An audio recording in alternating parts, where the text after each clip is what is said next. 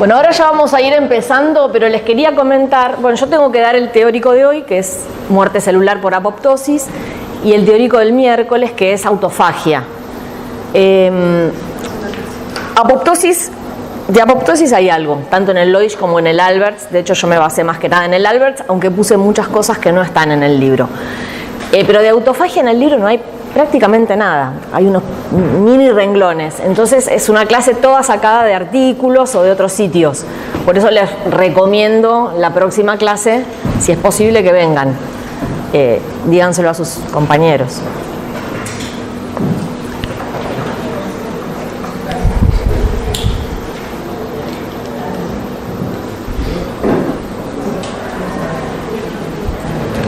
Más bien.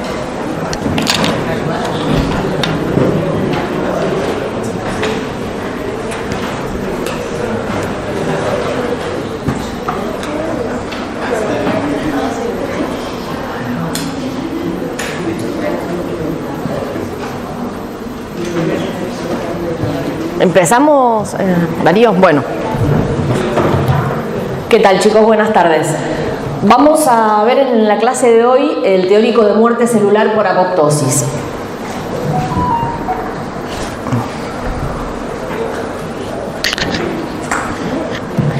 Bueno, les quería comentar algo sobre la bibliografía, que está acá en la primera diapositiva. Tanto en el Lodish como en el Alberts hay un capítulo muy chiquito sobre el tema apoptosis. En particular yo les puse, como ustedes podrán ver ahí, que yo les recomiendo seguir lo del Alberts. De hecho, yo usé muchas diapositivas del Alberts porque está mucho mejor explicado, más sencillo, muy bien los gráficos, y me pareció mejor. Pero el que tiene el Lodish puede usarlo. Por otro lado, acá les puse la página del premio Nobel, porque siempre, no sé si habrán visto para otros temas, yo creo que ya también les había mencionado en otra clase anterior, siempre hay una información, o sea, los investigadores que avanzaron, digamos, en el estudio de la apoptosis, que recibieron el premio Nobel, como después les voy a comentar, en la página del Nobel hay una parte, digamos, un PDF que es para el público en general, que está muy sencillo, y también para el público, como podrían ser ustedes, que ya tiene cierto conocimiento de la biología. Y ahí, bueno, les explican bien qué es la apoptosis, la importancia que tiene, la importancia que tuvo el descubrimiento de este proceso celular. Y bueno, y después artículos citados en las diapositivas. Hay algunas diapositivas que están tomadas de artículos, simplemente para ilustrar mejor un proceso que por ahí está descrito en el libro, pero no está bien ilustrado. Entonces yo siempre les pongo las citas para que el que quiere profundizar los tenga. Bueno, a veces es difícil definir la muerte, ¿no? ¿Qué es la muerte? ¿En qué momento uno puede decir que una célula está viva o está muerta? De hecho, a veces es bastante complicado, y es por eso que hay un comité de expertos en muerte celular que se reúnen periódicamente, ¿no? y van estableciendo los diferentes tipos de modalidades de muerte celular, y van, digamos, haciendo como una especie de síntesis de los avances en el campo. Entonces, en el año 2014, cuando se reunieron, por ejemplo, clasificaron los distintos tipos de muerte celular en dos grandes grupos. La muerte celular accidental, que se considera muerte celular accidental, la que se produce en aquellas células que están expuestas a estímulos extremos, ¿sí? Que pueden ser estímulos físicos, químicos o mecánicos, y que es una muerte no controlada, donde hay una pérdida inmediata de la integridad estructural. Y por otro lado, el otro subtipo de muerte celular es lo que se conoce como muerte celular regulada. Y cuando nos referimos a la muerte celular regulada, es aquella muerte celular que se inicia por una maquinaria que está codificada en el genoma y que además puede ser modulada tanto farmacológicamente como genéticamente. Dentro de la muerte celular regulada hay un subtipo de muerte celular que se llama muerte celular programada. Justamente la apoptosis, que vamos a ver hoy en detalle, se incluye dentro de este subgrupo. Y la muerte celular programada es aquel tipo de muerte regulada que ocurre como parte de un programa de desarrollo o para preservar la homeostasis fisiológica de los tejidos adultos, que es el caso de la apoptosis.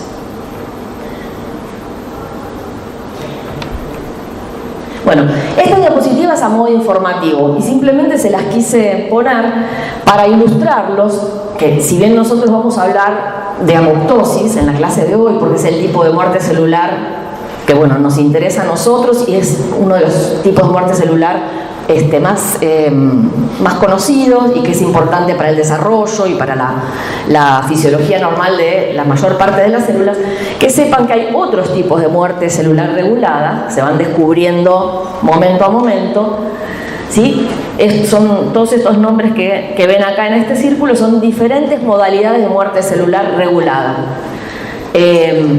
Lo importante, bueno, es que sepan que existen otros tipos de muerte celular, que cada una se caracteriza por ser disparada o estimulada por diversos mecanismos moleculares, que cada una también se caracteriza por tener un espectro de rasgos morfológicos diferencial, es decir, es diferente morfológicamente una célula que muere por apoptosis de una que muere por autofagia o por necroptosis, bueno, y así sucesivamente.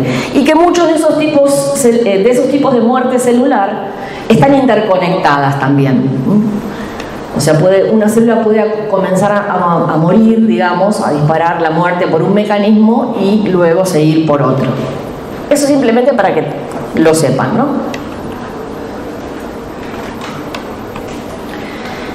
Bueno, y para ilustrarles que la morfología de los diferentes tipos de muerte celular regulada es distinta en cada uno de estos subtipos, acá ven varios ejemplos. Acá tenemos autofagia, que es un mecanismo que vamos a ver la clase que viene, que tiene una función particular que la vamos a ver, pero que también puede llevar a la muerte de la célula. Otro tipo de muerte celular que se llama piroptosis, necroptosis, bueno, ferroptosis, donde ustedes pueden observar que la morfología es distinta en cada uno de esos casos. Y bueno, y la apoptosis, que es la que vamos a ver hoy en esta clase.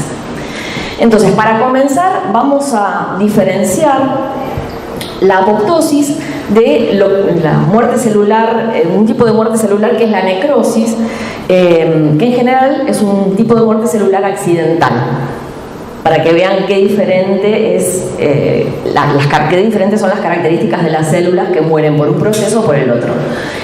En el caso de la necrosis, que tal vez es una palabra que ustedes han escuchado nombrar, obviamente siempre el proceso de muerte se dispara por un tipo de injuria celular, ¿no? En este caso, que generalmente es una injuria severa. Una de las características principales de la necrosis es que hay daño en la membrana. La membrana plasmática se daña estructuralmente de manera irreversible. Obviamente, ese daño estructural lleva a una pérdida de la permeabilidad de la membrana, con lo cual ingresa agua a la célula, se produce edema, aumenta el volumen celular y además, justamente por esa pérdida de la estructura de la membrana, también hay salida del contenido celular, ¿sí? Las enzimas hidrolíticas salen al medio extracelular, se activan y esas enzimas hidrolíticas que se activan en el medio extracelular dañan a células vecinas, a células del entorno, de manera tal que se produce una reacción inflamatoria. Es decir, cuando se dispara el fenómeno de necrosis, en general no se ve afectada una única célula, sino un grupo de células lo suficientemente grandes que son afectadas justamente porque se disemina ese proceso inflamatorio. A diferencia de esto, en el caso de la apoptosis, que como vimos es un subtipo de muerte celular regulada, no hay un daño estructural de la membrana plasmática. La membrana plasmática permanece intacta. Lo que sí hay es una pérdida de uniones celulares, se desarman las uniones célula-célula y célula matriz, es decir, que una célula que comienza a morir por apoptosis se separa de sus células vecinas y de la matriz.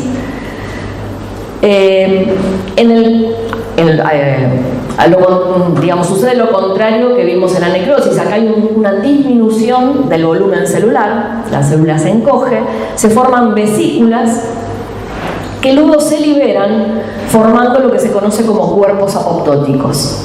¿sí? Esos cuerpos apoptóticos los vamos a estudiar más hacia el final de la clase, pero pueden contener hasta organelas enteras y productos de la degradación iniciada por el proceso apoptótico.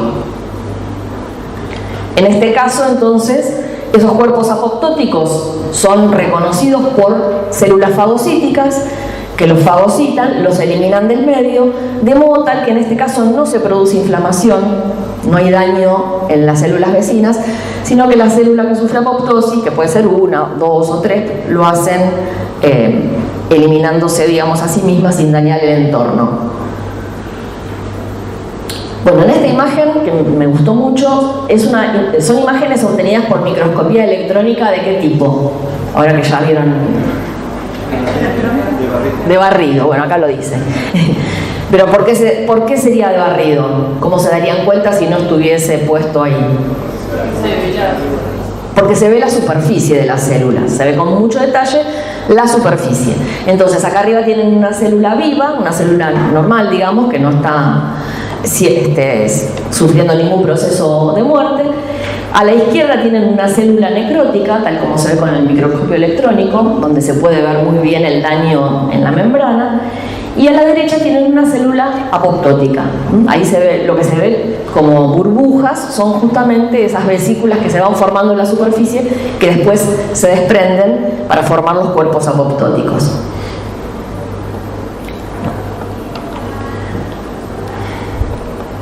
Ay, no, ¿por qué me pasa esto? Bueno, entonces, recapitulando, en la apoptosis tenemos una célula viva primero, en un principio, ante un estímulo que desencadena la apoptosis, la célula va a disminuir su tamaño, se condensa la cromatina, después eso lo vamos a ver hacia el final, pero primero la condensación tiene esta disposición así en forma de anillo, luego la célula se encoge más, la cromatina se compacta cada vez más, hay una degradación de los diferentes componentes intracelulares, pero es más que una degradación, hay desmantelamiento de las estructuras celulares. ¿Qué quiere decir? Que se desarma todo el contenido celular, pero no hay una degradación inespecífica, ¿no? Que destruye todo, sino que se va desarmando de a poquito la célula, de una manera muy, muy específica. Se comienzan a ver las ampollas o las vesículas que yo les mencioné. Ese proceso de formación de ampollas se llama Blebin. Y finalmente, esas vesículas que se desprenden forman los cuerpos apoptóticos, que son fagocitados por los macrófagos. ¿Sí? Acá tenemos una imagen al microscopio electrónico de barrido. Y no se genera inflamación. O sea, esta sería como una visión general del proceso de apoptosis. Entonces, bueno, para comenzar de lleno con el tema de apoptosis, vamos a definir qué es la apoptosis. La palabra apoptosis justamente viene del griego y significa caída de las hojas en otoño. Y se llamó así porque justamente las células que mueren por apoptosis lo hacen de una manera silenciosa y luego, digamos, desaparecen sin generar modificaciones en su entorno. Entonces, bueno, se la relacionó con ese nombre. Bueno, lo que vamos a ver ahora, por qué las células sufren apoptosis, sería la importancia biológica. ¿Cuál es la importancia biológica de que exista este proceso en las células?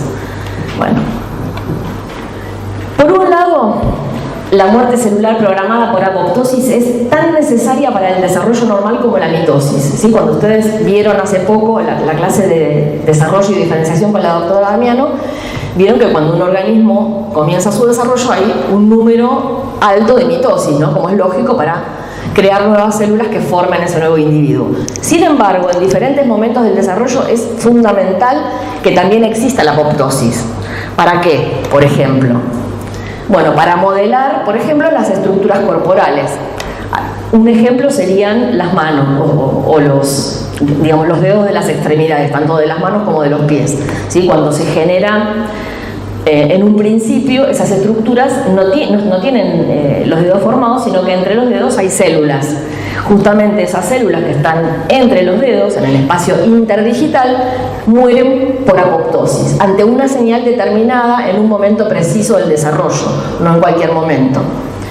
O sea, esto está justamente codificado en el genoma de la célula, por eso se dice que además es una muerte celular programada. Otro ejemplo sería para la formación de estructuras huecas, como puede ser el intestino. El intestino es hueco en el interior, ustedes ya estudiaron cómo es la estructura.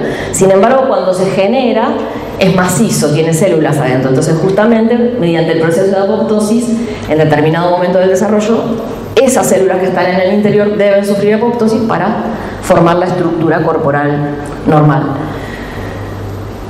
Otro ejemplo es en el desarrollo temprano del sistema nervioso. Cuando se desarrolla el sistema nervioso, se generan muchas más neuronas que las necesarias. Y eso es para asegurar que todas las células diana puedan estar inervadas por una neurona. ¿Y cómo mueren las que se generaron en exceso? Bueno, porque no tienen suficientes factores de supervivencia que son generados por esas células diana. Entonces, ante la falta de esos factores de supervivencia, esas células mueren. Es una estrategia que se fue generando durante la evolución, ¿no? Justamente para asegurar que todas esas células diana tengan una neurona que las inerve. Otro ejemplo es en el caso de los renacuajos, que tienen una cola en un momento de su estadio, ¿no?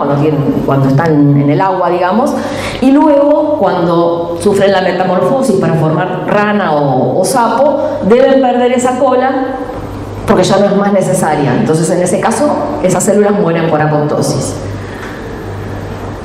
Otra de las razones por las que existe la apoptosis es para destruir células que representan una amenaza para el organismo, ¿no? Es un mecanismo que justamente durante la evolución sirve, por ejemplo, para destruir células infectadas por virus, para remover células autorreactivas del sistema inmune, que quiere decir que serían células que si no se murieran por apoptosis podrían llegar a reaccionar contra elementos propios del organismo y provocar una reacción autoinmune. Y también para remover células que tengan el ADN dañado cuando ese ADN no se puede reparar, para evitar que ese ADN dañado pase a la progenie cuando esa célula se divida. Y también es un mecanismo que tienen las células del organismo para eliminar células tumorales. Es decir, bueno, como ustedes se habrán dado cuenta, la apoptosis celular es esencial para la vida de un organismo, ¿no? Y por otro lado, no solo en el desarrollo, que son la mayoría de los ejemplos que vimos ahí, es importante la apoptosis, sino que en un organismo adulto también lo es. ¿Por qué? Porque normalmente en un organismo adulto se están formando por el proceso de mitosis aproximadamente 100.000 células por segundo. Entonces, si ese organismo no está en procesos de crecimiento o de reducción de tamaño, ¿no? por algún motivo en particular, debe más o menos equilibrar el proceso de mitosis con el proceso de muerte celular para mantener un número más o menos estable de células y un tamaño más o menos estable de sus órganos. Entonces, justamente debe existir ese equilibrio, bueno, por esta razón, digamos. Bueno, y esta diapositiva es lo que yo les mencioné antes. Estos son los 3 investigadores que en el año 2002 recibieron el premio Nobel justamente por sus aportes en el campo de la regulación genética del desarrollo y la apoptosis, ¿no? Obviamente porque la apoptosis está sumamente involucrada en el desarrollo de los organismos. Ellos usaron como modelo experimental un gusano, que es ya lo habrán escuchado nombrar, que es el Caenorhabditis elegans, que tiene un tamaño relativamente pequeño, un ciclo de vida corto y es transparente. Entonces se pueden seguir las divisiones celulares con el microscopio. Y ellos, bueno, estudiaron cómo se desarrollaba el gusano y vieron que siempre había un cierto número de células que durante el desarrollo morían por apoptosis. Entonces, bueno, a partir de ahí empezaron a estudiar el proceso y lo que después vieron es que el proceso de apoptosis ocurre en diferentes tipos de organismos, ¿sí? Desde la mosca hasta los mamíferos, y bueno, y obviamente en el gusano, y que hay proteínas bueno, que están codificadas por genes que son homólogos, ¿no? O sea, entre las especies, que cumplen tienen diferentes nombres, pero cumplen la misma función en las diferentes especies. Bueno, vamos a entrar ahora más de lleno en el proceso apoptótico y vamos a mencionar en principio cómo ocurre la iniciación de la apoptosis, es decir, cuáles son los principales estímulos para desencadenar la apoptosis en las células. Entonces, hay 3 estímulos principales, o los estímulos los podemos agrupar en 3 clases. En principio, la activación de receptores de membrana, no cualquier tipo de receptor, sino receptores específicos que se llaman receptores de muerte. ¿Sí? Esos receptores se activan mediante su unión con ligandos, que también se llaman ligandos de muerte. Entonces, primero, activación de receptores de membrana. Otro estímulo importantísimo para desencadenar la apoptosis es el daño en el DNA, ¿no? Cuando este daño no puede ser reparado, porque ustedes saben que a veces hay daños que sí se pueden reparar en la célula, ¿no? La mayor parte. Ese daño en el DNA además puede ser inducido por diferentes tipos de compuestos químicos o tóxicos, también por radiación, por infecciones virales o por las mismas fallas que se pueden producir durante la replicación. Y el otro estímulo que involucra también una variedad, digamos, de estímulos es algún tipo de estrés celular. Y principalmente, en este caso, es la disminución de lo que se conoce como factores tróficos. Es decir, la disminución de factores de crecimiento, de hormonas, de señales de supervivencia, o también el desacople de las uniones celulares, o el aumento de radicales libres que pueden llevar a un aumento del estrés oxidativo en las células. Ahora bien, cualquiera sea el estímulo que inicie la apoptosis, el resultado final es el mismo, que es la activación de enzimas específicas que se llaman caspasas.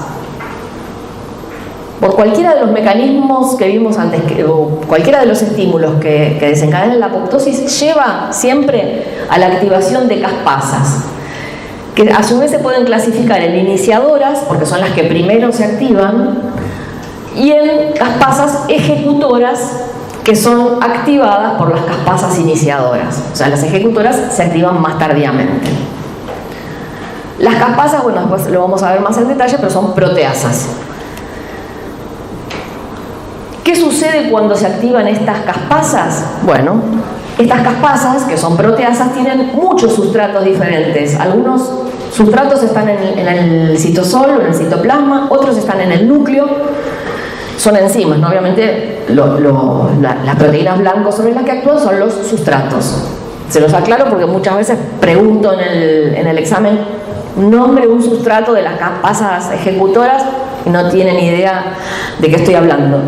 Entonces, bueno, cuando se produce la proteólisis de esos sustratos, que ahora después vamos a ver algunos de ellos, lo que se observa es las características típicas de la apoptosis. Se retrae la membrana, se forman las ampollas que mencionamos antes, colapsa el citoesqueleto, hay una condensación del núcleo, degradación del DNA y formación de cuerpos apoptóticos, entre otros eventos. Entonces, bueno, ya que hablamos de las caspasas, las vamos a definir bien y vamos a ver cómo actúan y cómo se clasifican. Las caspasas, como les dije recién, son proteasas específicas, ricas en cisteína. Sobre todo es importante un residuo de cisteína que se encuentra en el sitio activo de la enzima caspasa, que es importante justamente para su actividad catalítica. Y además, como decimos que son específicas porque no clivan a cualquier proteína y en cualquier sitio, sino que clivan a determinadas proteínas en residuos de aspartato.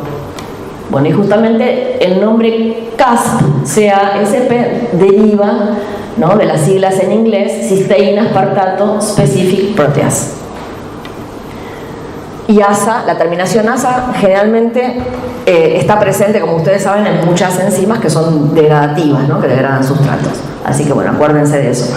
Bueno, las caspasas se pueden subdividir en dos grandes familias, o subfamilias, porque las caspasas en general sería una gran familia, en dos subfamilias. La primera que vemos acá, que se llama subfamilia ICE, las siglas ICE quiere decir enzima convertidora de interleuquina 1 beta. estas caspasas que ven acá, que se nombran con diferentes números, son distintas isoformas, intervienen en procesos inflamatorios, o sea, son proteasas que intervienen en la maduración de citoquinas inflamatorias. No las vamos a ver hoy, simplemente las menciono para que lo sepan.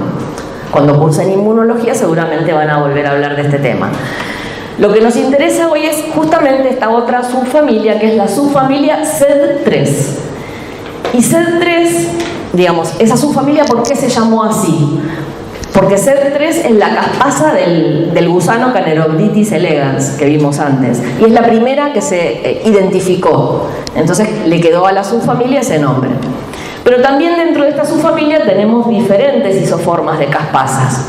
Fíjense, también con diferentes números. Pero lo que me importa es que vean, las que están en verde son las que clasificamos como caspasas iniciadoras. ¿Sí? Esas caspasas iniciadoras, bueno, las que van a tener que recordar sí o sí son la 8 y la 9. Y después lo vamos a ver cuando veamos las vías de la apoptosis. Y las que están en rojo son las caspasas ejecutoras o efectoras. ¿Sí? Entonces, dentro de las caspasas ejecutoras, la principal es la caspasa 3 y las otras dos son la 6 y la 7. Por lo menos acuérdense de la 3 como ejemplo de caspasa ejecutora. Bueno, ahora vamos a ver cómo se activan las caspasas, porque las caspasas en realidad se sintetizan como proenzimas, es decir, como procaspasas inactivas. Y para poder llevar a cabo todo el proceso de degradación de sustratos tienen que activarse. Entonces, ¿cómo es la estructura de una procaspasa? Fíjense esto que vemos acá. Una procaspasa tiene tres dominios. Un dominio, que es este que se ve acá en grisecito, a nivel del extremo amino terminal, que constituye el prodominio. Otro dominio que se ve en verde clarito, que es el dominio grande, y el que se ve en verde más oscuro, el dominio pequeño. Fíjense que entre el dominio pequeño y el dominio grande, y entre el prodominio y el dominio grande, ¿sí? En estos dos sitios, acá y acá, hay un residuo de espartato. ¿Qué les dice eso? Que se pueden autoclivar, digamos, se pueden activar entre sí, por decirlo de alguna manera, las caspasas, porque justamente el aspartato es el sitio específico donde ellas mismas actúan, ¿no? Catalíticamente. Entonces, si están lo suficientemente cerca, dos procaspasas pueden autoactivarse, autoclivarse. Y bueno, ¿y cómo es una caspasa activa? Es un tetrámero. Es un tetrámero que está formado por dos subunidades grandes y dos subunidades pequeñas, ¿sí? Como se ve acá. Entonces esta es una caspasa activa. Cuando la caspasa se activa, como vemos acá, una caspasa iniciadora en principio se activa, puede activar a otras procaspasas ejecutoras, ¿sí? Entonces, bueno, se dice que se activa una cascada de caspasas que finalmente va a poder clivar proteolíticamente diferentes sustratos, ¿sí? Proteínas citosólicas y proteínas nucleares. ¿Qué? Sí. ¿También existe la procaspasa ejecutora? Sí. Todas las caspasas se sintetizan como procaspasa, tanto las iniciadoras como las ejecutoras. Primero se activan las iniciadoras, después vamos a ver más adelante, no se lo puedo dar todo junto, pero vemos cómo se activan las iniciadoras y después, ya una vez que están activas, pueden activar directamente a las procaspasas ejecutoras. Bueno, ¿qué sucede con los prodominios? Que los mencionamos antes y no forman parte de la caspasa activa. Los prodominios en general se pierden después, se degradan, digamos, porque son importantes justamente para la activación inicial de la caspasa, ¿sí? Pero después se pierden. Esos prodominios, a su vez, cuando forman parte de las procaspasas, se pueden clasificar en dos grandes grupos. Uno, que es el que tiene dominio de reclutamiento de caspasa o dominio CAR, ¿no? Se llama así porque se le dio ese nombre, pero tiene una secuencia específica, una longitud específica que varía con respecto al otro tipo de prodominio, que es el que se conoce como dominio efector de muerte o dominio DED. ¿Por qué se los menciono estos dos tipos de dominios? Bueno, porque son importantes para ver qué caspasas o qué procaspasas pueden activarse por una vía o por otra vía de la apoptosis. Entonces, ¿cuáles son las procaspasas que tienen dominio CARP? Bueno, de todas estas, la que ustedes tienen que recordar es la 9, que es una caspasa iniciadora. Y la 8, que es la otra caspasa iniciadora que yo les dije que tenían que recordar, tiene dominio DED, de tipo DED. Por eso se van a activar de diferentes maneras.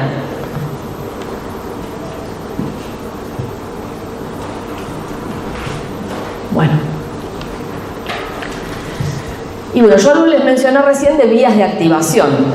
En general se postulan dos vías de activación mediante las cuales se puede iniciar la apoptosis. Una vía que se llama extrínseca, que ocurre de afuera hacia adentro de la célula, es decir, es la vía que depende de los receptores de muerte, de la activación de receptores de muerte que están en la membrana cuando se les une un ligando de muerte, y eso desencadena una señalización que lleva a la activación de las caspasas ejecutoras que van a degradar un montón de sustratos. Y la otra vía es la vía intrínseca. La vía intrínseca, que se podría decir que ocurre de adentro hacia afuera, pero bueno, es una vía que involucra principalmente a la mitocondria. Sin importar por cuál de las dos vías se dispare la apoptosis, el resultado final es el mismo, es la activación de caspasas ejecutoras que van a tener diferentes sustratos que van a llevar a la apoptosis, ¿no? Definitivamente. Ahora bien, fíjense que la vía intrínseca y la vía intrínseca se pueden relacionar entre sí. Más adelante también lo vamos a retomar esto, pero lo hacen a través de esta proteína que se llama BID. Esto es para que se lo vayan acordando. Se pueden interconectar. Y otra cosa que les quería decir en esta diapositiva, que ya algo se los dije, esto representa la activación de la apoptosis en el gusano Caenorhabditis elegans. Fíjense que estas proteínas que están esquematizadas de la misma manera que en este caso, que corresponde a mamíferos, ¿no? La vía intrínseca y la vía extrínseca, que vamos a ver después en detalle, corresponde a la que ocurre en mamíferos. Pero bueno, cuando se dispara la apoptosis en el gusano, hay proteínas que son homólogas.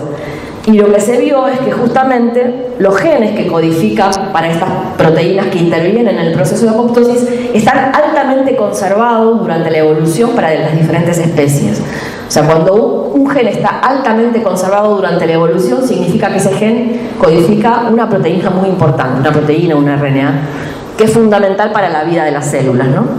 O para el desarrollo de las células. Bueno, vamos a explicar ahora entonces con más detalle la vía extrínseca, que es la vía, como dijimos recién, que ocurre o que se inicia por la activación de un receptor de muerte. ¿Cómo son los receptores de muerte? En general funcionan como trímeros, ¿ven? Acá se ven. Y tienen tres dominios. Un dominio extracelular, que es el dominio de unión al ligando, y en general los ligandos que se unen a estos receptores también se unen como trímeros, ¿sí? Los dos ligandos más comunes que desencadenan la apoptosis son el ligando Fas y el TNF. Nosotros vamos a hablar en general del ligando Fas, que se va a unir al receptor de Fas. En este caso, fíjense que el ligando, que se encuentra como trímero, está formando parte, o sea, es parte, digamos, una proteína de membrana de un linfocito, en este caso, un linfocito citotóxico. Entonces, cuando se produce la interacción, se activa la vía.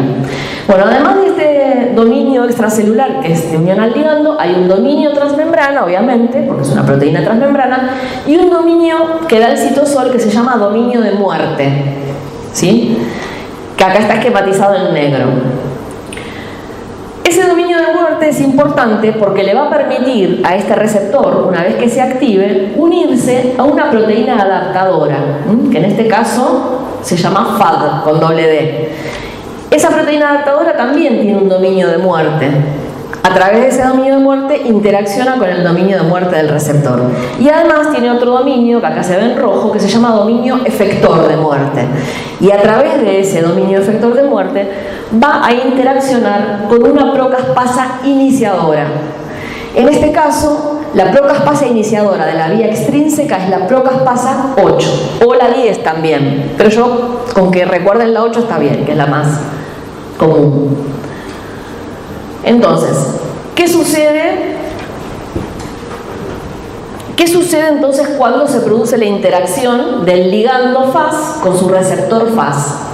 Se forma un complejo, ¿sí? Se unen el ligando, el receptor interacciona con la proteína adaptadora y la proteína adaptadora interacciona con la procaspasa 8, en este caso. Ese complejo que se forma se llama complejo de señalización inductor de la muerte, o también complejo DISC o receptosoma. Son todos sinónimos del mismo complejo. ¿Qué sucede ahí? En esa disposición, las procaspasas 8 están lo suficientemente cerca como para autoactivarse, con lo cual se activan, se liberan las caspasas iniciadoras 8 activas y comienza la cascada de caspasas que mencionamos antes, ¿no? Es decir, se activan caspasas ejecutoras y, bueno, se da lugar al fenómeno apoptótico.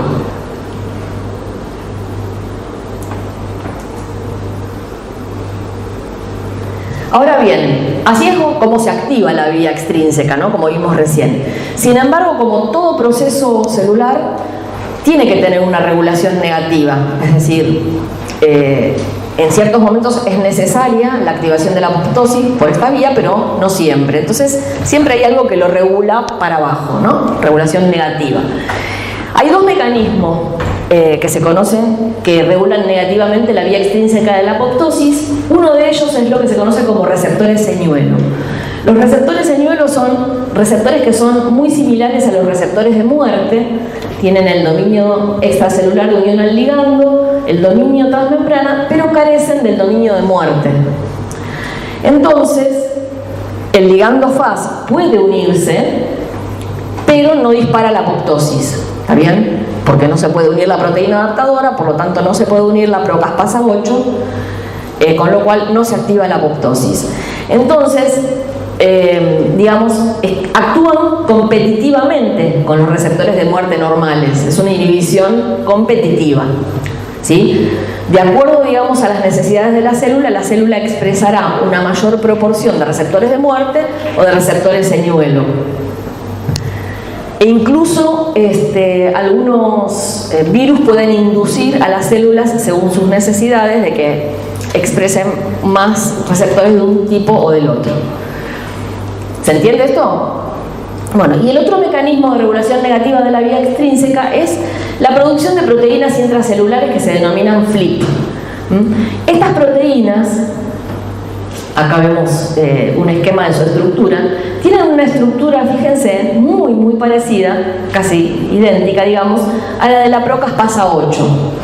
Sin embargo, carecen de un residuo específico de cisteína en el sitio catalítico, que es lo que le da la actividad catalítica a la caspasa. ¿Está bien? Con lo cual, ¿qué sucede? Estas proteínas FLIP, que tienen un dominio efector de muerte, ¿sí? como los tiene la procaspasa 8, tienen el dominio efector de muerte que se ve acá en azul, pueden unirse al dominio, tienen un dominio de muerte y un dominio efector de muerte. Con el dominio de muerte se unen al receptor, ¿está bien? No, estoy diciendo mal. Las proteínas FLIP tienen una estructura parecida a la procaspasa 8, entonces, a través del dominio efector de muerte, bien digo, que es este que se ve en azul, se pueden unir a la proteína adaptadora FAB, ¿sí? A través de ese dominio, pero como en su sitio catalítico carecen de cisteína, no pueden activar, o sea, no son idénticas a una procaspasa, no pueden activar a otra procaspasa, con lo cual lo que se bloquea es la activación de las caspasas. Es decir, el mecanismo en este caso es una inhibición competitiva de la procaspasa iniciadora 8. ¿Se entiende? Me mareé primero con la proteína adaptadora. Acá es así. Tenemos el receptor normal, con su ligando normal, la proteína adaptadora también se puede unir, pero la proteína FLIP, que sería esta que vemos acá, si bien se puede unir a través de su dominio efector de muerte a la proteína adaptadora, no tiene la capacidad de clivar otra procaspasa 8. Entonces, no se produce la activación de las caspasas. En este caso también, de acuerdo a la cantidad relativa de proteína FLIP o de procaspasa 8, el proceso se va a inclinar hacia la iniciación de la apoptosis o no, o a la inhibición. Estas proteínas FLIP se descubrieron en principio en los virus, ¿sí? Los virus producen este tipo de proteínas como un mecanismo para inhibir la apoptosis en las células que infectan cuando necesitan replicarse en esa célula. Después también tienen otros mecanismos que aumentan o estimulan la apoptosis para poder liberarse, pero se descubrieron en virus y después se vio que normalmente las células de los mamíferos producen estas proteínas FLIP, así que se vio que es un mecanismo de regulación negativa. Bueno, vamos a entrar ahora a la descripción de la vía intrínseca, la otra vía que vimos que dijimos que era dependiente de la mitocondria. En este caso, los principales estímulos son los que habíamos visto al principio, que son distintos tipos de estrés celular, como daño en el DNA, calor excesivo, estrés oxidativo, perturbaciones en el ciclo celular, hipoxia, ¿no? Falta de oxígeno, o caída de factores tróficos, como yo les mencioné antes. Todos esos estímulos pueden inducir el inicio de la apoptosis por la vía intrínseca, que tiene como principal protagonista en este caso a la mitocondria. Entonces, cuando se estimula la apoptosis por la vía intrínseca, se liberan proteínas que se encuentran en el espacio intermembrana, se liberan a través de la membrana externa mitocondrial al citosol. Para que se produzca esa liberación de esas proteínas que normalmente están dentro de la mitocondria, obviamente debe de alguna manera alterarse, ¿no?, la permeabilidad de la membrana externa mitocondrial. Ahora, más adelante vamos a ver cómo se logra eso. Pero, mientras tanto, le digo que en este caso, en la vía intrínseca, las que regulan la salida o no de estas proteínas de la mitocondria son una familia de proteínas que se llaman familia BCL2. Entonces, decíamos, cuando se inicia la vía intrínseca de la apoptosis, se liberan proteínas de la mitocondria. La principal es el citocromo C, que acá se esquematiza en color rojo, pero hay otras proteínas también. ¿Y cómo funciona esto? Bueno, el citocromo C, que normalmente participa en la cadena respiratoria dentro de la mitocondria, cuando se libera el citosol cumple otra función distinta, se une a una proteína citosólica que se llama APAF1 o factor activador de proteasas apoptóticas 1, y cuando se une a él cambia la conformación de esta proteína APAF, se estira y expone otros dominios. Un dominio que es este que se ve acá, que le permite oligomerizar con otras moléculas de APAF, y otro dominio que es un dominio CARD. ¿Se acuerdan de los prodominios CARD y DER? Bueno, la procaspasa 8 tenía un dominio DER, la procaspasa 9 tiene un dominio CARD.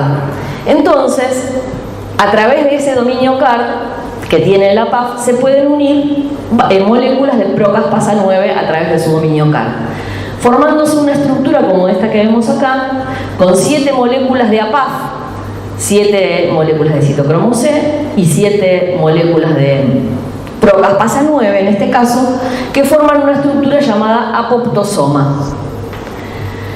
Muchos autores hablan de apoptosoma simplemente cuando tenemos las 7 moléculas de APAF unidas al citocromo C, y otros consideran al apoptosoma ya cuando está unida a la procaspasa 9, ¿no? O sea, es indistinto, cualquiera de los dos puede llamarse apoptosoma. Sí. ¿Qué es lo que se une al dominio CARD? Al dominio CARD se une la procaspasa 9, que también tiene un dominio CARD. ¿Ves? Acá está en azul.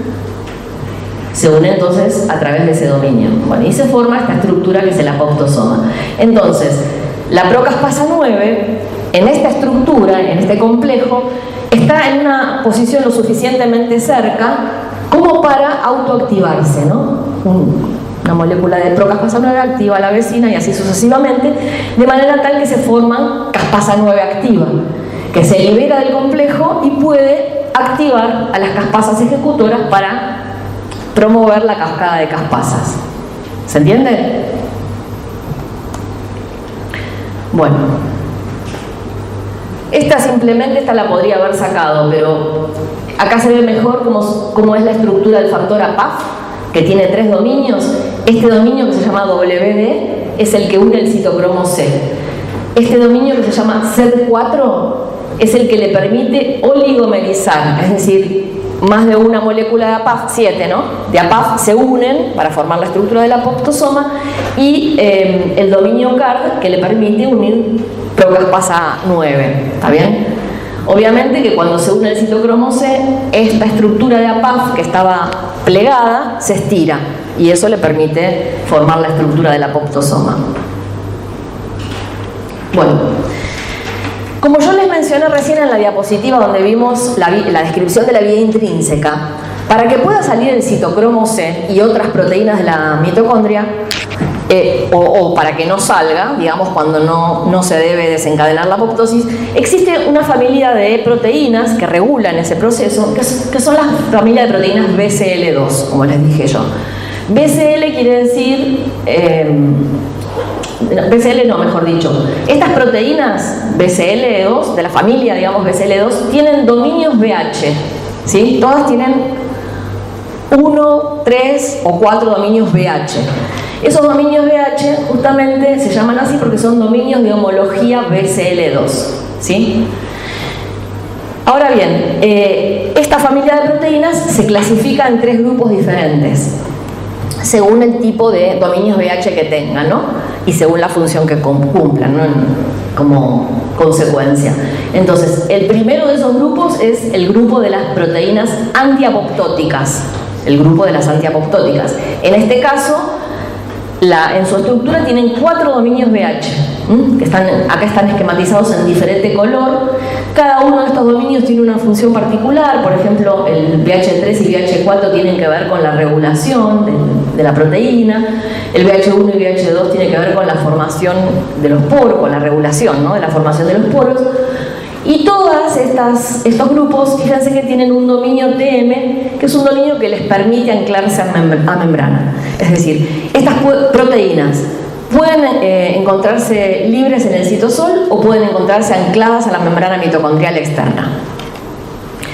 El otro subgrupo es el de las proteínas proapoptóticas BH123, ¿sí? Se llama así, porque tiene justamente dominios BH1, 2 y 3, carece del BH4. Entre estas, las que tienen que recordar estos nombres. En el grupo anterior, los 2 ejemplos que le puse, por lo menos sépanlo. En el grupo de las antiapoptóticas tenemos BCL2 y BCLXL. En el grupo de las proapoptóticas BH123 tenemos AVAX y AVAC. Y el último grupo, que es el de las BH3 only en inglés, o solo BH3, porque solo tienen un dominio BH3.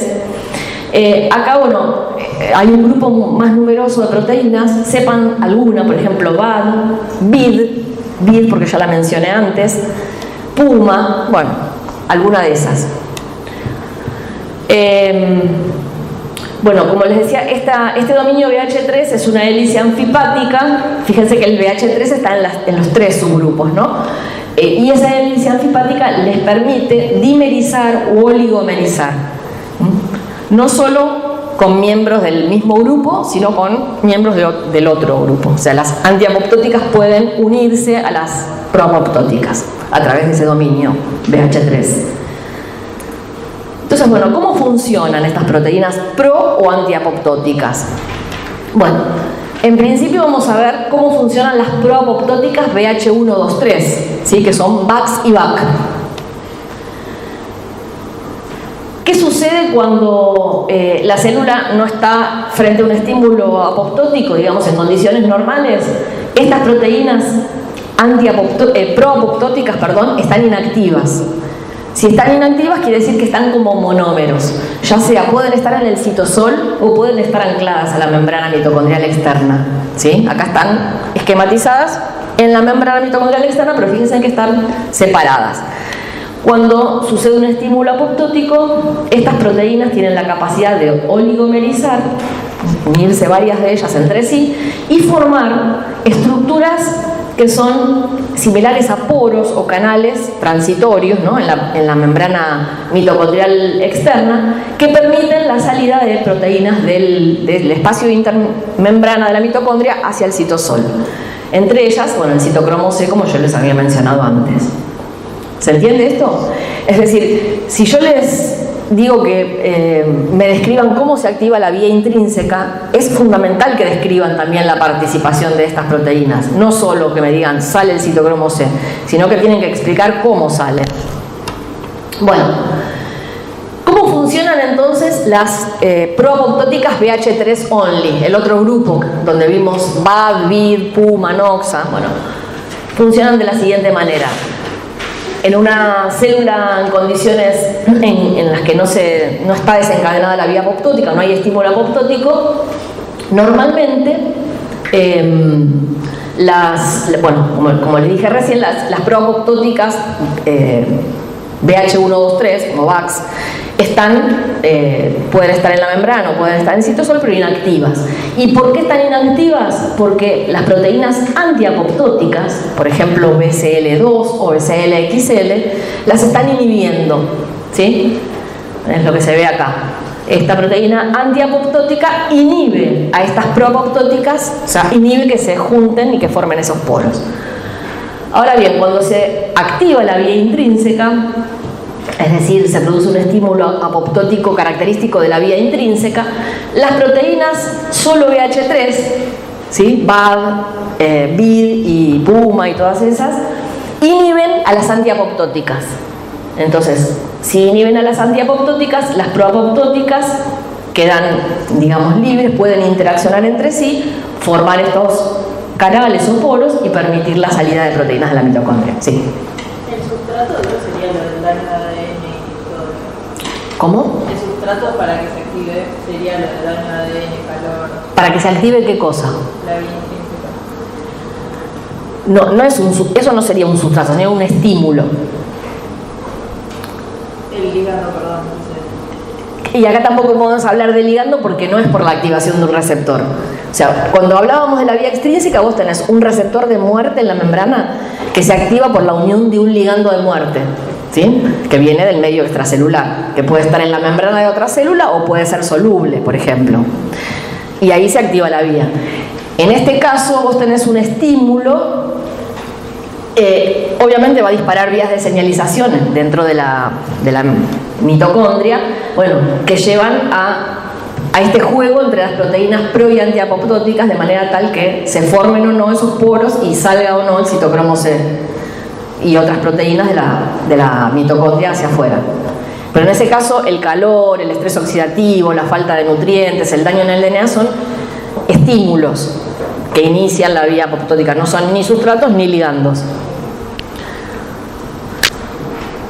Bueno, digamos, ustedes me dirán, bueno, ¿y cómo es que la célula va hacia la apoptosis o no? ¿Qué es lo que va a regular eso? Bueno, eso lo regula el balance o la concentración relativa de proteínas pro y antiapoptóticas que se encuentren en una célula en determinado momento frente a determinados estímulos. Sí, o sea, no es la cantidad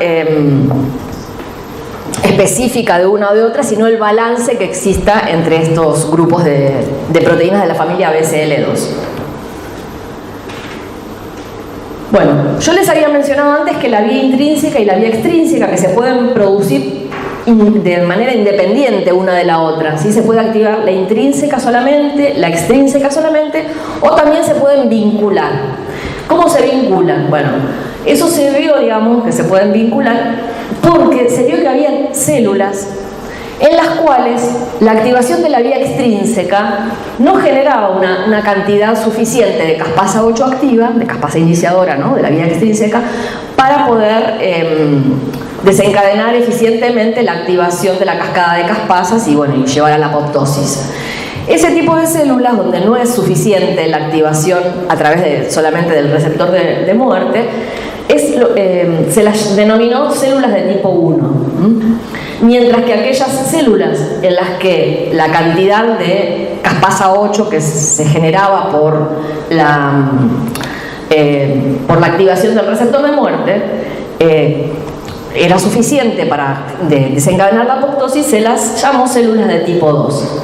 Entonces, ¿qué sucede en las células de tipo 1 cuando no es suficiente la cantidad de caspasa 8 para desencadenar la apoptosis? Bueno, en este caso también se activa la vía intrínseca.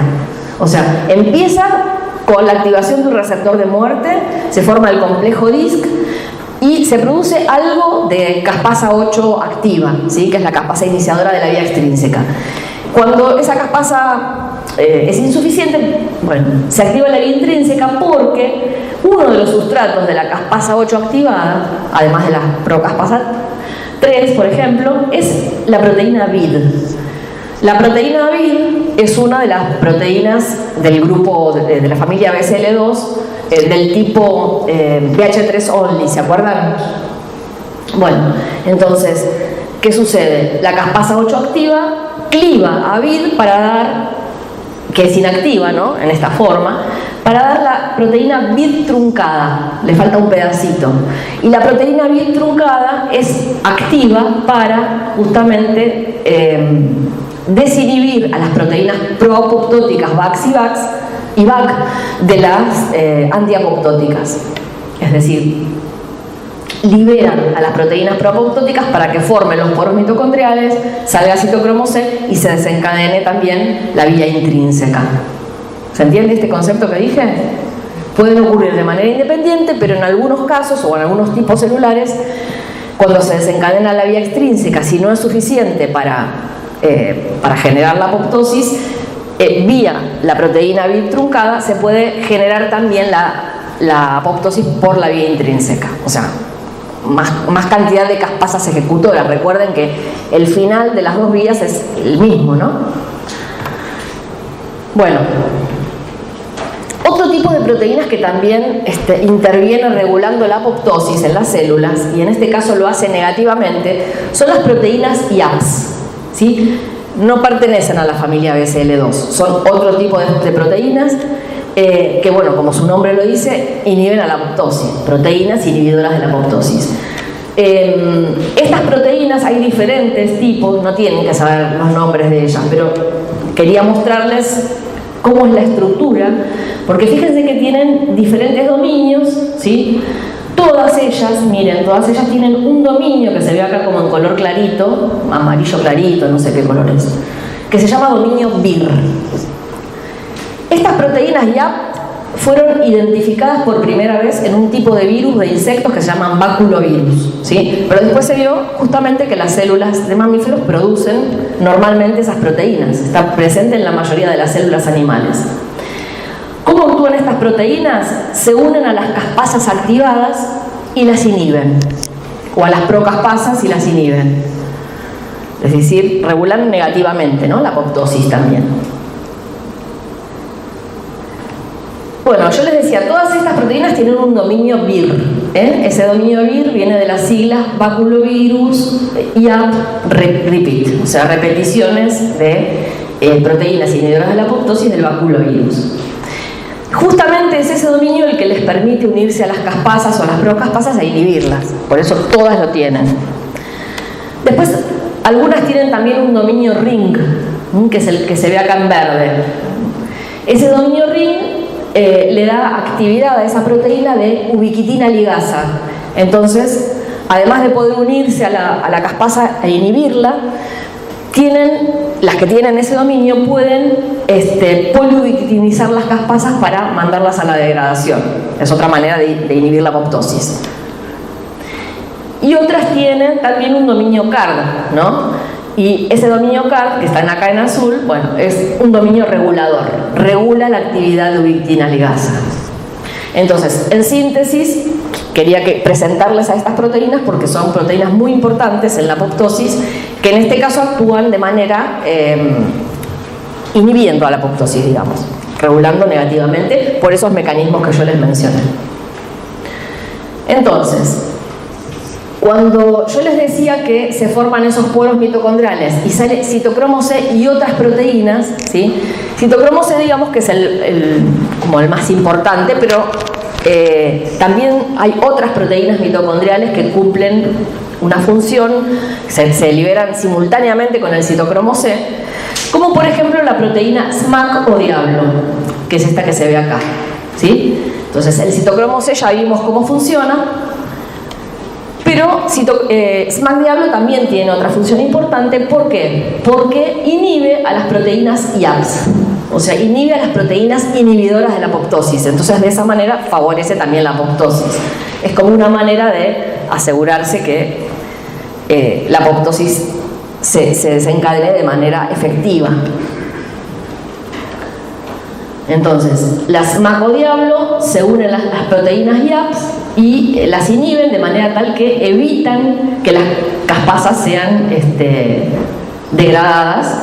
De esta manera se consigue una mayor cantidad de caspasas activas que van a favorecer el proceso apoptótico. O sea, por dos mecanismos diferentes vamos hacia la apoptosis. ¿Se entiende esto? Bueno, entonces, ya algo mencionamos recién, pero para que vean de manera global cuáles son los mecanismos que regulan negativamente la vía intrínseca, ¿sí? Como así habíamos visto también que existían para la vía extrínseca. Bueno, uno de estos mecanismos ya los vimos, o sea, las proteínas antiapoptóticas BCL2 o BCL-XL impiden, como vimos antes por su mecanismo de acción, impiden la oligomerización de las proteínas proapoptóticas como VAX y VAC. Entonces estarían disminuyendo la apoptosis, ¿no? O regulando negativamente la apoptosis. Otras proteínas que regulan negativamente la vía intrínseca son algunas proteínas de shock térmico o HSP. Las proteínas HSP, dentro de ellas hay distintas isoformas.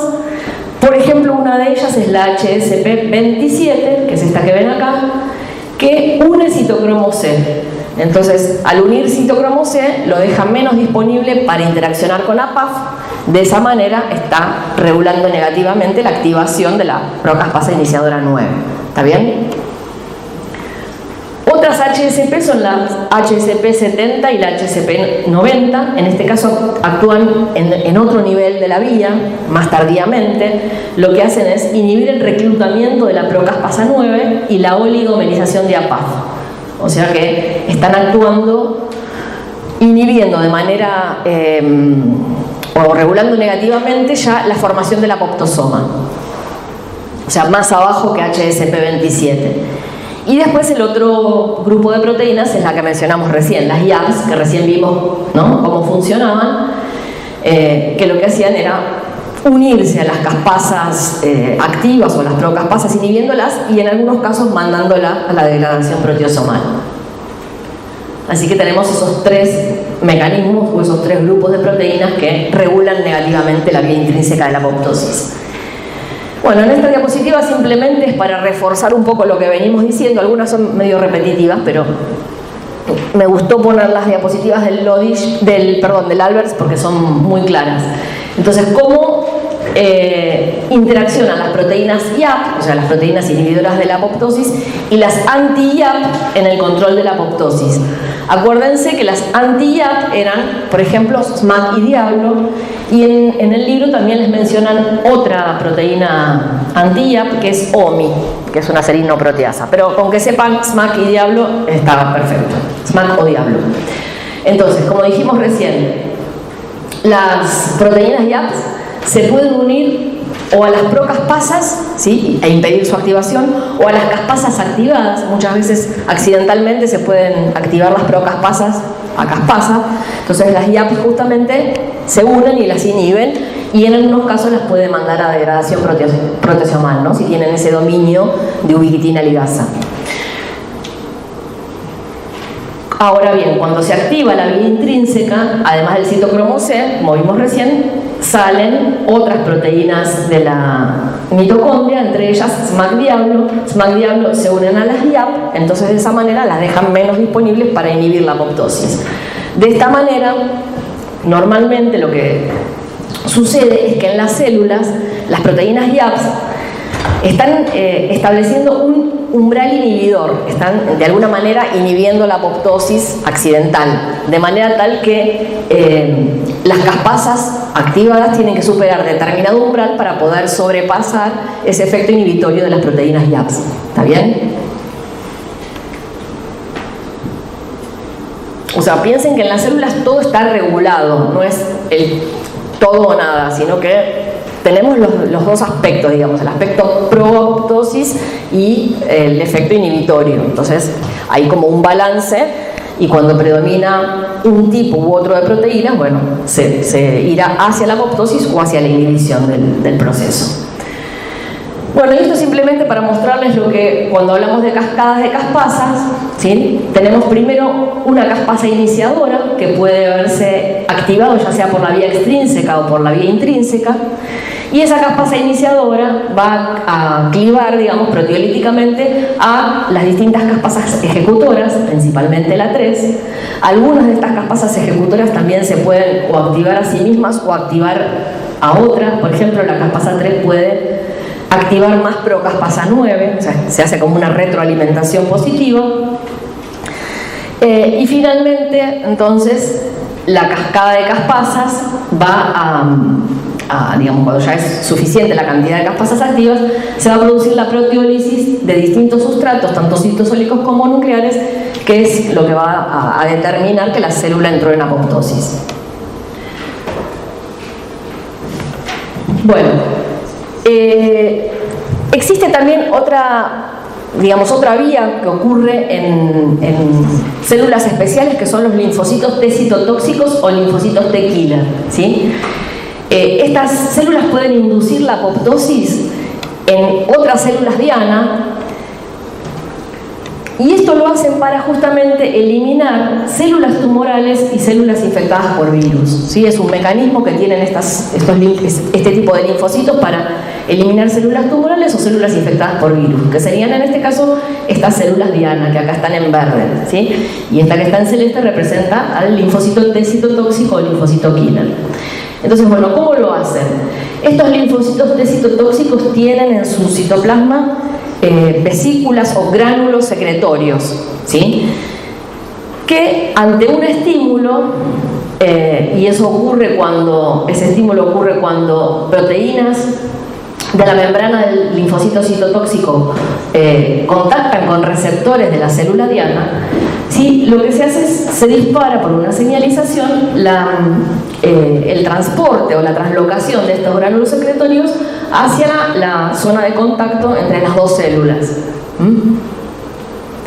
Entonces, estos gránulos secretorios se liberan al medio, al espacio que queda entre las dos células. Fíjense que queda un espacio entre las dos células que es similar a lo que ocurre en una sinapsis en el caso de una neurona o de neuronas. En este caso se llama sinapsis inmunológica. Entonces, estas vesículas secretorias se liberan. ¿Por qué mecanismo les parece que se liberan hacia el espacio extracelular? Por exocitosis. Entonces, estos gránulos contienen diferentes proteínas, pero principalmente dos tipos. Una que son las que están acá representadas en color violeta, que se llaman perforinas, son proteínas que se llaman perforinas, que tienen la capacidad de formar especies de poros o canales en la membrana de la célula diana. Y otro tipo de proteínas que se ven acá en amarillo con un borde rojo, que son un grupo de enzimas que se llaman granzimas. Entonces, a través de esos poros formados por las perforinas, las granzimas pueden ingresar a la célula diana, una célula tumoral o una célula infectada por virus, y desencadenar la apoptosis. ¿Cómo lo hacen? Bueno, justamente las granzimas tienen un espectro de acción muy parecido, también son proteasas, ¿no? Muy parecido al de las caspasas activadas, porque pueden clivar en residuos de aspartato. Entonces, por un lado pueden clivar sustratos similares a los que activan las caspasas, y por otro lado pueden activar procaspasas. Entonces, de esta manera se genera una cascada de caspasas y la célula entra en apoptosis o desencadena la apoptosis, ¿no? De manera eficiente. O sea, la granzima sería lo que se acumula en el gránulo que después se libera. Claro. O sea, la granzima y la perforina está en la célula, en el linfocito T citotóxico o el linfocito killer. Luego la perforina forma el canal, la granzima ingresa a la célula diana y desencadena la apoptosis. Bueno, vamos a ver ahora la relación que existe entre la apoptosis y el ciclo celular. Hace poquito vieron ustedes la regulación del ciclo con la doctora Calabrese, ¿no? Y vieron que existen distintos puntos de control en el ciclo, y uno de esos puntos de control es, lo que controla es el estado del DNA, si existe daño en el DNA. Eso es muy importante en distintos momentos del ciclo. Obviamente en una célula que se va a dividir, es importante que no haya daño en el DNA para no transmitir a las células hijas ese daño. Entonces, habrán visto que cuando se detecta un daño en el DNA, se activan determinadas quinasas. Algunas de esas quinasas lo que hacen es fosforilar, ¿se acuerdan a la proteína P53? ¿Qué función tiene el P53? ¿Qué tipo de proteína es? Es un factor de transcripción. Bien. Normalmente, P53, digamos, cuando no hay daño, cuando la célula está ok, digamos, normalmente se expresa, o sea, está en baja concentración. ¿Se acuerdan por qué? Porque es ubiquitinizado y... Exacto. Está unida a una proteína que se llama MDM2, que la poliubiquitiniza y la manda a degradación. Entonces está muy baja expresión, digamos. Ahora bien, cuando existe un daño en el DNA, se activan estas quinasas que yo les decía, en principio ATM-ATR, y también se pueden activar CHK1, CHK2, no sé si se acuerdan, y se fosforila P53. Entonces cuando P53 se fosforila, cambia su conformación y se libera de MDM2. De esa manera aumenta su concentración porque ya no se degrada más. Y cuando aumenta la concentración o la expresión de P53, que es un factor de transcripción, bueno, obviamente trasloca el núcleo y cumple su función específica, que es estimular la transcripción de genes.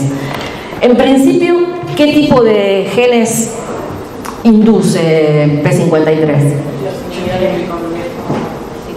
Inhibidores de los complejos ciclina-CDK, ¿sí? Bien. Entonces, por ejemplo, uno de los principales inhibidores cuya transcripción estimula es P21. Fíjense, P21 normalmente es un inhibidor que está bloqueando o inhibiendo a los complejos G1S y complejos CDKS. ¿Está bien? Entonces, de esa manera, la célula se detiene en esos puntos. Pero también puede inducir la transcripción de otros inhibidores del ciclo, de otros complejos ciclina-CDK. Así que, en general, frena el ciclo. Por otro lado, también, otro de los genes diana son enzimas que intervienen en la reparación del DNA. Es decir, la célula siempre intenta reparar el daño, ¿no?, en el DNA. Entonces, se inducen enzimas reparadoras. Eso también lo puede hacer P53, y si el daño no puede ser reparado, P53 induce la expresión de genes que estimulan o inducen la apoptosis, ¿sí? Valga la redundancia. Este es uno de los mecanismos por los cuales puede aumentar la concentración de P53 frente a daño en el DNA. Pero también hay otro mecanismo que lleva el mismo efecto. Porque cuando hay daño en el DNA, también se estimula, digamos, la expresión de este gen, que es INC4, seguramente lo van a retomar cuando vean cáncer. Y este gen, INC4, es procesado de diferentes maneras por el proceso de corte y empalme alternativo. ¿Se acuerdan? Regulación de la expresión génica. De manera tal que puede dar dos proteínas, ¿no? O sea, el RNA mensajero diferencial que surge por el proceso de corte y empalme alternativo puede dar lugar a la proteína P16 o a la proteína P14A. P16 es otro inhibidor del ciclo. ¿Se acuerdan que inhibe a los complejos ciclina D1, CDK4? Entonces, bueno, obviamente eso lleva a un arresto del ciclo. Y P14A es una proteína que inhibe a MDM2, que es la que inhibía a P53, de manera tal que la manda a la degradación proteosomal, ¿sí? O sea, P14A inhibe a MDM2 porque se degrada. Si MDM2 se degrada, ahí P53 nuevamente aumenta su concentración por un mecanismo distinto. Antes era porque se fosforilaba y en este caso es porque se elimina MDM2.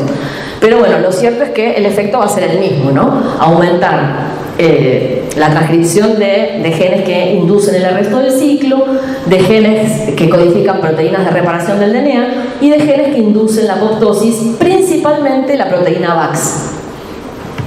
Entonces, cuando ese daño en el DNA no se puede reparar, la célula, a través de P53, induce la apoptosis y es eliminada. P53 pues lo van a retomar en cáncer, así que lo tienen que saber muy bien. Bueno, yo les había dicho que uno de los estímulos, o uno de los principales estímulos que inducen la apoptosis es la caída de factores de supervivencia, de factores tróficos, ¿no?, en la célula. Cuando disminuyen por debajo de cierto nivel, la célula puede llegar a entrar en apoptosis. Y eso lo hacen, digamos, si la falta de esos factores inducen la apoptosis, normalmente en una célula que no tiene que estar en apoptosis, está en condiciones normales, esos factores de supervivencia la inhiben a la apoptosis, ¿sí? Entonces, ¿cuáles son los mecanismos mediante los cuales normalmente los factores de supervivencia están inhibiendo la apoptosis? Bueno, acá mencionamos 3 mecanismos principales, que son los más conocidos. El primero de ellos es por la estimulación de la expresión de las proteínas antiapoptóticas del tipo BCL2, ¿sí?, que serían BCL2, BCLXL, de las antiapoptóticas. Bueno, ¿cómo lo hacen estos factores de supervivencia? Bueno, porque interaccionan con receptores de membrana. Cuando se produce esta interacción, se desencadenan vías de señalización que activan proteínas o factores de transcripción, proteínas reguladoras de genes, que migran al núcleo y estimulan la transcripción de estas proteínas antiapoptóticas, ¿no?, de la familia BCL2. O sea, aumenta, digamos, de alguna manera la cantidad de BCL2 o BCLXL. Entonces, si en el balance predominan estas sobre las proapoptóticas, la célula sobrevive. Otro mecanismo es por inactivación de las proteínas proapoptóticas, solo BH3 o BH3 only. Bueno, en este caso la vía que está involucrada es la vía de la PI3 quinasa. Entonces, cuando se estimula la vía de la PI3 quinasa, ¿se acuerdan que se activa una quinasa que se llama AKT o PKB? ¿Se acuerdan? Bueno, y fosforila distintos sustratos, ¿no? Entre ellos puede fosforilar a la proteína BAD. ¿Se acuerdan que la proteína BAD es una proapoptótica BH3 only? Entonces, cuando se fosforila BAD, que normalmente está inhibiendo a BCL2, que es antiapoptótica, queda libre la antiapoptótica y la apoptosis se bloquea. Es otro mecanismo. Y este otro mecanismo, que acá está ejemplificado para el caso de la mosca drosófila, pero también ocurre en mamíferos, es por inactivación de las proteínas anti-IAP, o sea, las que inhiben a las proteínas inhibidoras de la apoptosis. Entonces, en este caso, la vía involucrada es la vía de las MAP quinasas, que fosforilan una proteína anti-IAP. En este caso se llama HIL porque pertenece a la mosca, pero bueno, no interesa el nombre. Es una proteína anti-IAP. Entonces, de esta manera, cuando se fosforila, ya no puede inhibir más a las IAP. Entonces, la IAP puede ejercer su función de inhibir la apoptosis. ¿Sí? Son 3 mecanismos diferentes que llevan a un mismo efecto. Pero para que vean la importancia, ¿no?, de esta presencia de estos factores tróficos para las células.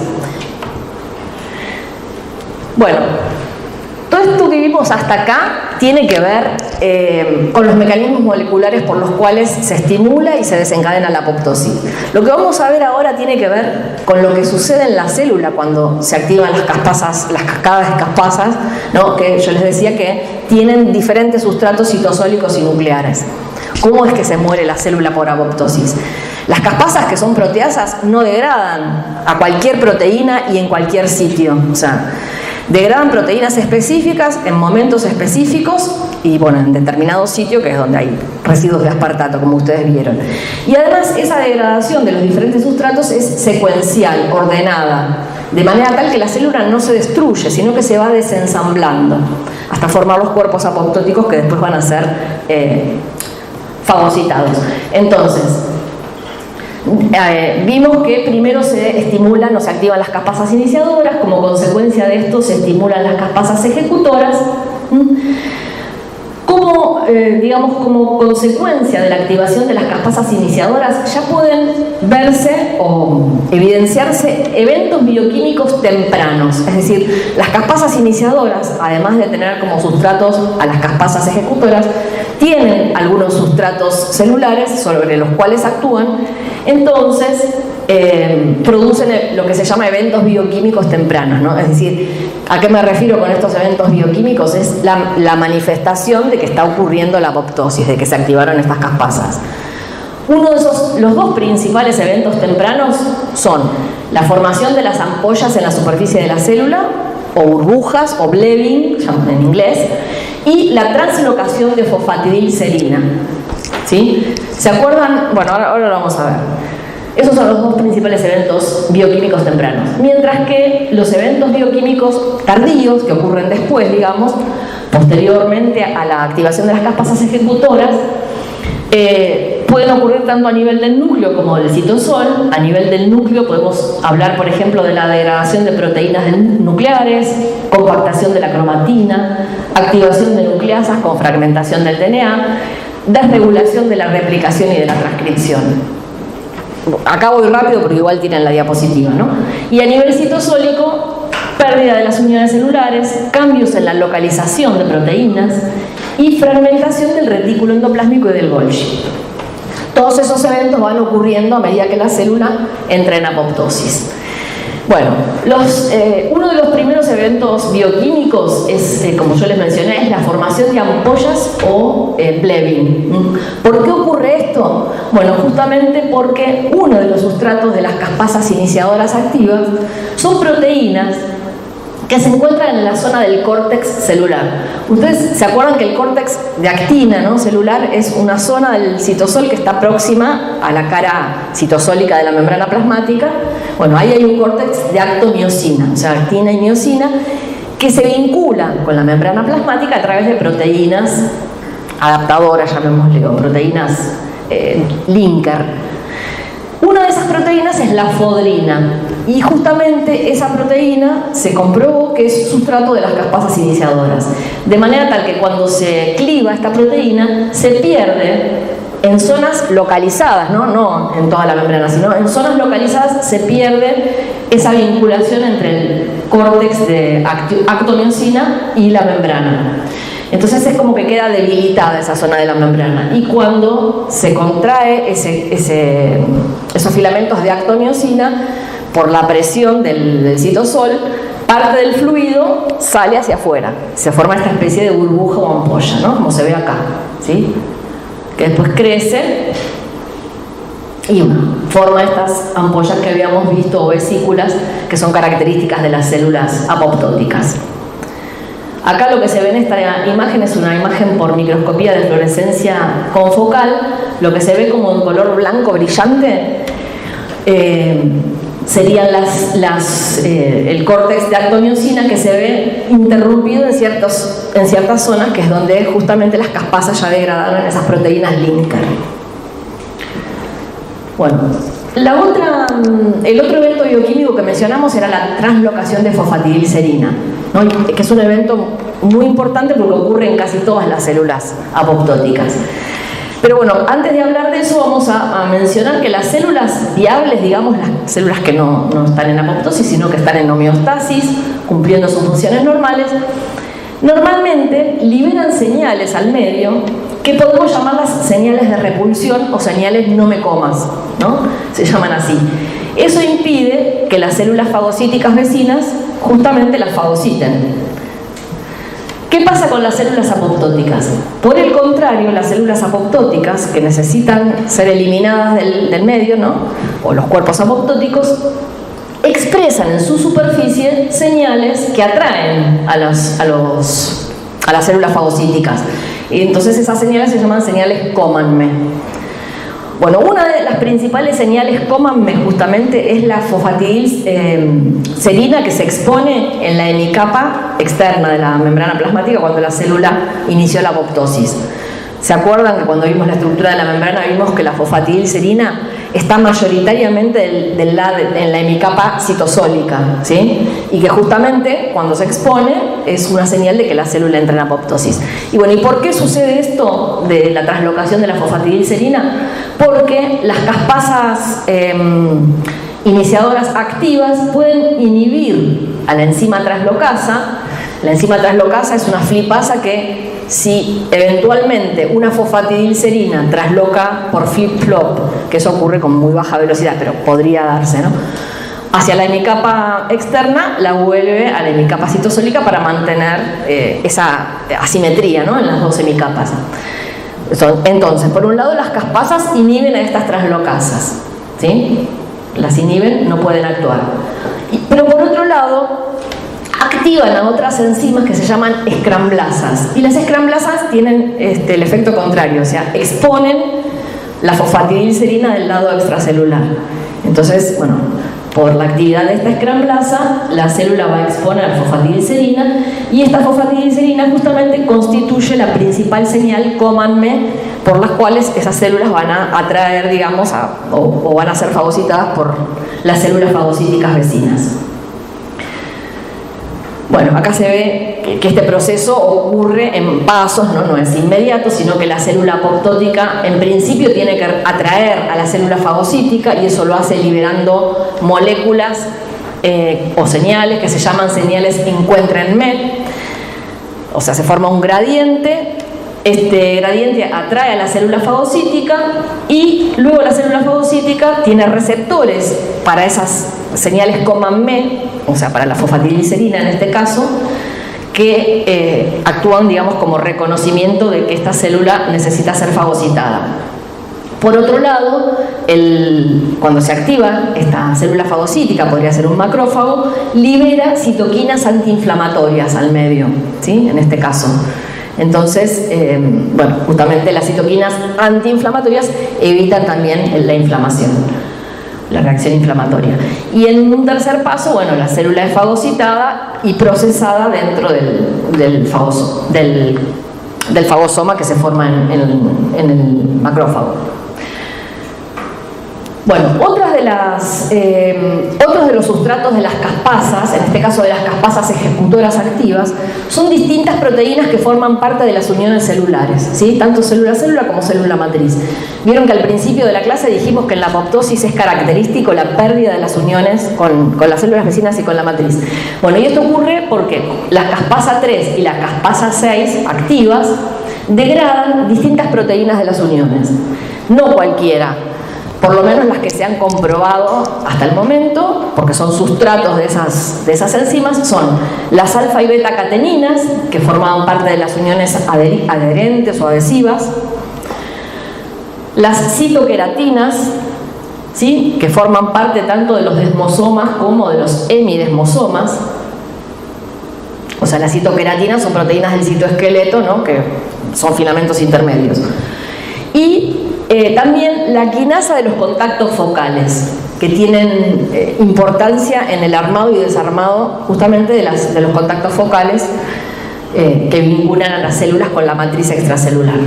Entonces, al degradarse, digamos, estas proteínas, todos estos complejos de unión se desarman de manera tal que la célula se suelta de la matriz y de sus células vecinas. Entonces se desestabilizan todos estos complejos de adhesión.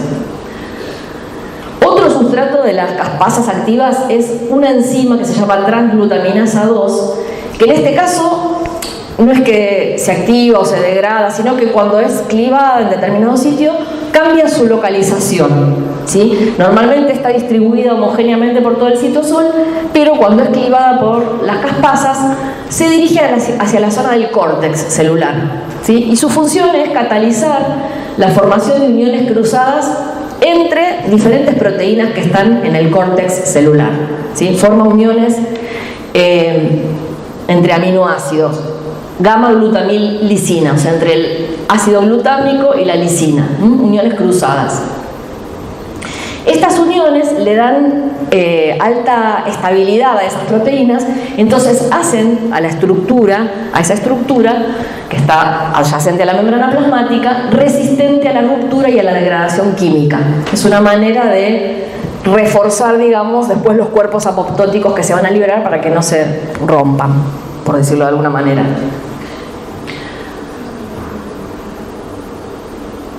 O sea, y es resistente a las proteasas además. Otras de las proteínas blanco o sustrato de las caspasas activadas son proteínas que están tanto en el retículo como en el Golgi. ¿Sí? Acá se muestra el Golgi, esta sería el Golgi con sus cisternas.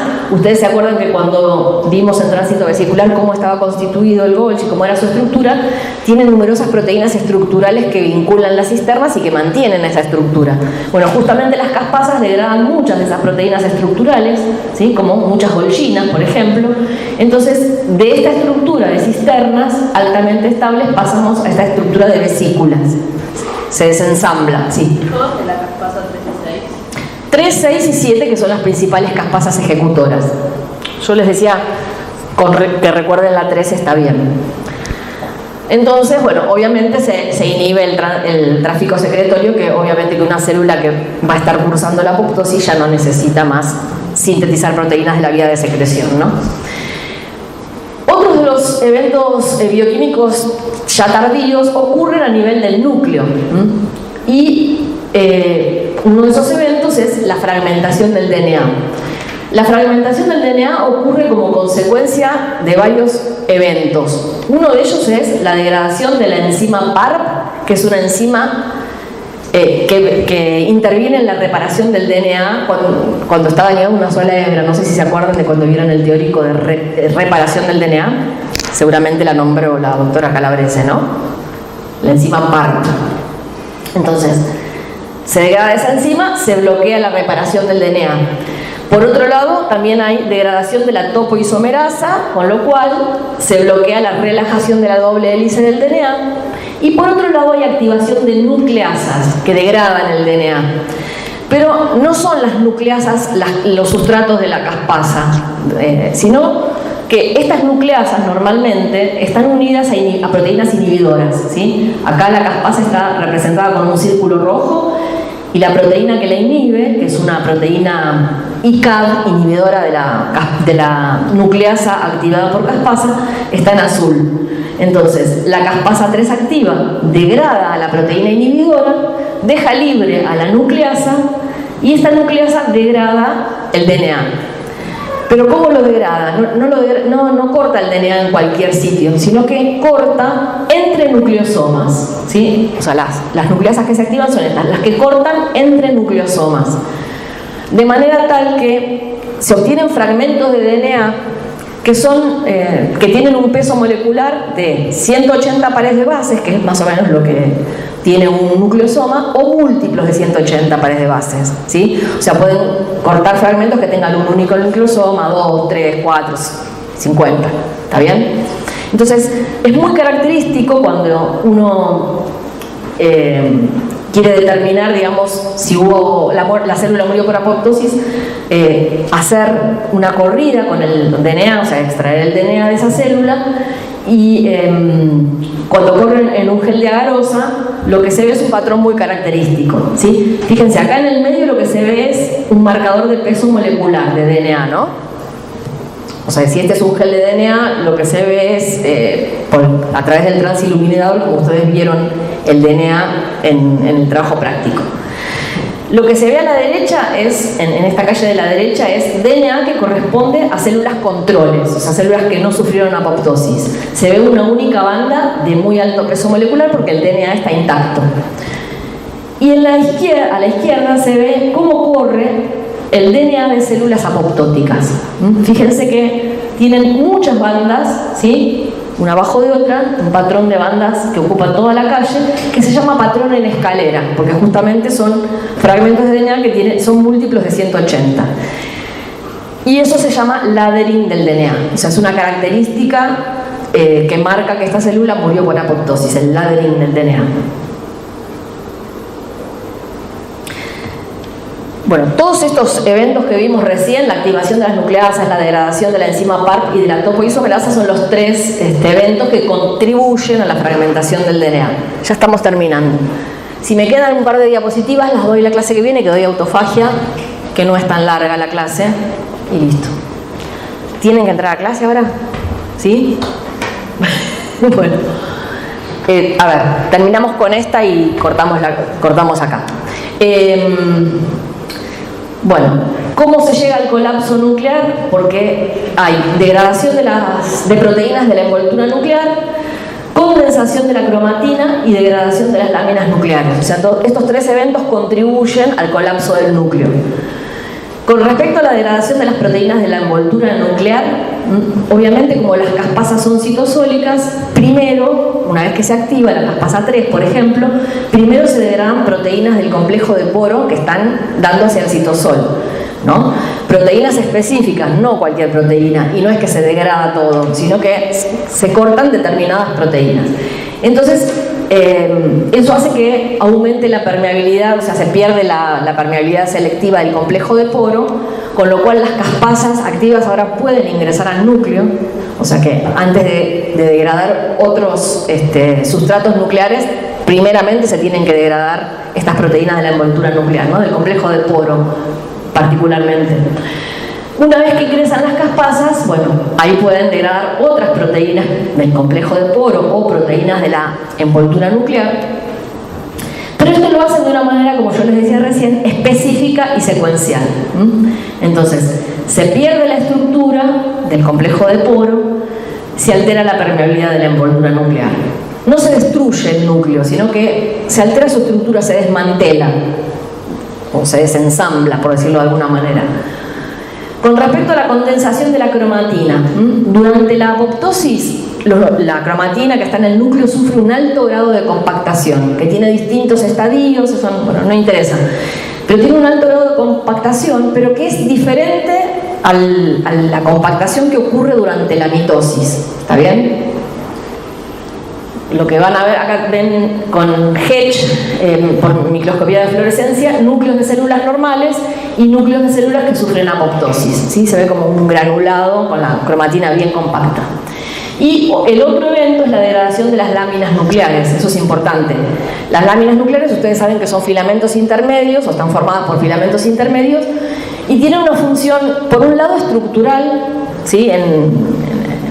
Están, digamos, adyacentes a la hemicapa interna de la envoltura nuclear, por un lado estructural, es decir que las caspasas degradan las láminas nucleares, se va perdiendo esa estructura, y por otro lado también las láminas nucleares están vinculadas no solo con proteínas de la envoltura nuclear, sino también con proteínas o complejos que intervienen en la replicación y en la transcripción, en esos procesos, replicación del DNA y transcripción, ¿no? Entonces también se desregulan los procesos de replicación y de transcripción. Bueno, y finalmente terminamos con esta diapositiva, y la clase que viene les doy las dos que faltan. Finalmente llegamos a la etapa de clearance, y clearance, no sé si ustedes saben lo que quiere decir, pero es algo así como depuración o limpieza, que es la etapa en la cual los cuerpos apoptóticos son fagocitados por macrófagos. ¿Está bien? Bueno, y lo dejo acá. Me faltan 2 o 3 diapositivas que se las doy en la clase que viene.